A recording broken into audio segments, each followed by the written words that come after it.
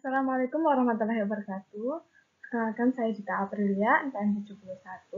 Izinkan saya untuk memaparkan tentang proposal penelitian dan pengembangan saya yang berjudul Pengembangan Soal Matematika Bertipe Pisah Bernuansa Matematika untuk mengukur kemampuan literasi matematika siswa SMK. Untuk latar belakangnya, NCTM itu menetapkan 5 kompetensi dalam pembelajaran matematika, yaitu kemampuan pemecahan masalah, penalaran, komunikasi, koneksi, dan representasi. Nah, salah satu program yang digunakan untuk mengukur kemampuan matematika siswa yaitu studi PISA yang merupakan studi internasional untuk mengukur keterampilan dan kemampuan anak usia 15 tahun. Salah satu fokus PISA yaitu literasi matematika yang merupakan pengetahuan untuk mengetahui dan menggunakan dasar-dasar matematika dalam kehidupan sehari-hari. Untuk etnomatematika itu diperkenalkan oleh D'Ambrosio yang berasal dari kata etno yang artinya menunjukkan konteks sosial budaya.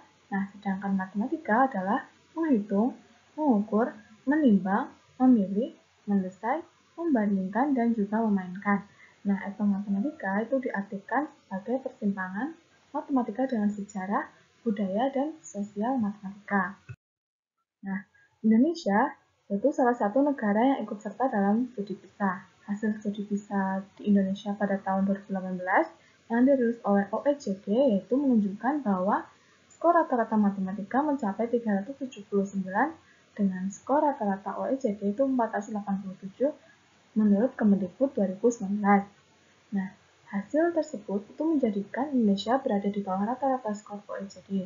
Untuk penelitian sebelumnya, yang dilakukan Willy Oktaningrum dan kawan-kawan pada tahap Pilpres diperoleh bahwa soal PISA dengan konteks warisan alam dan budaya Indonesia itu mampu memunculkan kemampuan literasi siswa berupa kemampuan dasar matematika. Nah, peneliti melakukan penelitian di SMK Plus Nur Rahmah di mana para pendidik belum pernah menggunakan soal-soal adaptasi dari PISA yang bernuansa matematika dalam pembelajaran. Nah, selanjutnya yaitu rumusan masalah. Nah, di sini rumusan masalahnya ada 3, yaitu bagaimana mengembangkan soal matematika bertipe PISA bernuansa etnomatematika untuk mengukur kemampuan literasi matematika siswa SMK yang valid, yang praktis, dan juga yang efektif. Untuk selanjutnya yaitu model R&D. Nah, model penelitian dan pengembangan yang digunakan pada penelitian ini yaitu model pengembangan tipe Formative Research Benchmark 1993. Penelitian ini itu terdiri dari 4 tahapan, yaitu tahap preliminary, tahap self-evaluation, tahap formative evaluation, kemudian yang meliputi expert review, one-to-one, small group, serta tahap field test. Nah, untuk selanjutnya yaitu pembahasan produk. Nah, kemarin saya sebenarnya sudah membuat 3 soal bertipe PISA yang bernuansa matematika, tapi di sini saya hanya memaparkan 2 soal saja.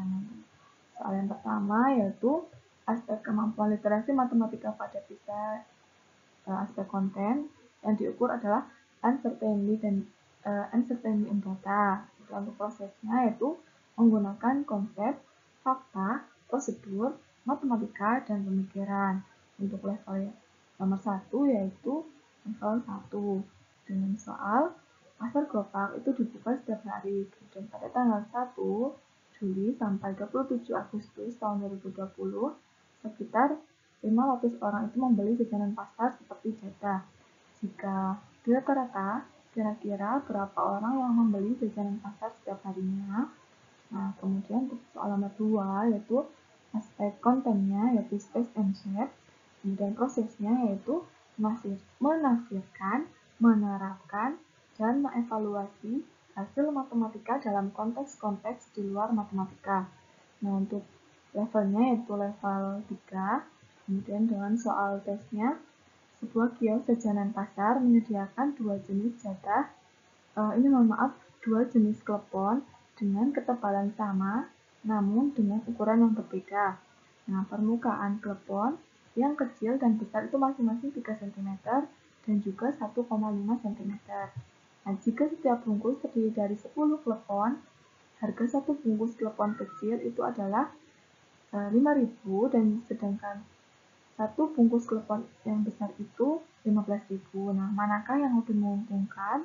Membeli 3 bungkus klepon yang kecil atau 2 bungkus klepon yang besar. Nah, untuk selanjutnya yaitu bukti hasil validasi. Kemarin saya sudah menemui validator. Nah, kira-kira beginilah lembar validasi yang saya telah buat, yang berisi tujuan, petunjuk, dan juga penilaian. Nah, di sini di dalam petunjuk yaitu ada keterangan tingkat kevalidan. Tingkat kevalidan dikatakan sangat tidak valid itu ketika instrumen tes tidak memenuhi 3 elemen yang valid. Kemudian dikatakan tidak valid itu ketika instrumen tes hanya memenuhi 1 elemen yang valid. Nah, untuk dikatakan valid ketika instrumen tes itu memenuhi 2 elemen yang valid.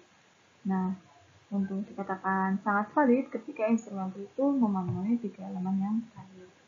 Nah, ini di penilaian ya, ini sama seperti yang sudah saya jelaskan, yaitu untuk nomor 1 aspek kemampuan literasi matematika pada bisa seperti ini. Untuk soal tesnya juga seperti ini. Kemudian saya tambahkan tingkat kesulitan, yaitu apakah soal tersebut itu mudah, sedang, atau sukar. Kemudian ada elemen yang untuk mengukur bagaimana soal tersebut valid atau tidak. Itu yang pertama, instrumen tes sudah sesuai dengan aspek kemampuan literasi matematika pada PISA, sudah atau belum. Kemudian, apakah instrumen dapat digunakan untuk mengetahui kemampuan literasi matematika siswa dalam menyelesaikan soal PISA atau belum.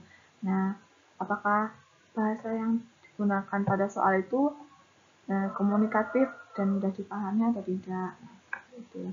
Di sini validator pada soal 1 itu tingkat kesulitan soalnya itu adalah mudah, dan kemudian mengatakan bahwa soal tersebut itu sangat valid dengan mencentang atau memberi tanda checklist ke ketiga elemen tersebut. Nah, untuk selanjutnya yaitu soal nomor 2 dan nomor 3. Nah, di sini nomor 3 saya tampilkan. Untuk nomor 2 yaitu validator menyimpulkan tingkat kesulitannya itu adalah mudah.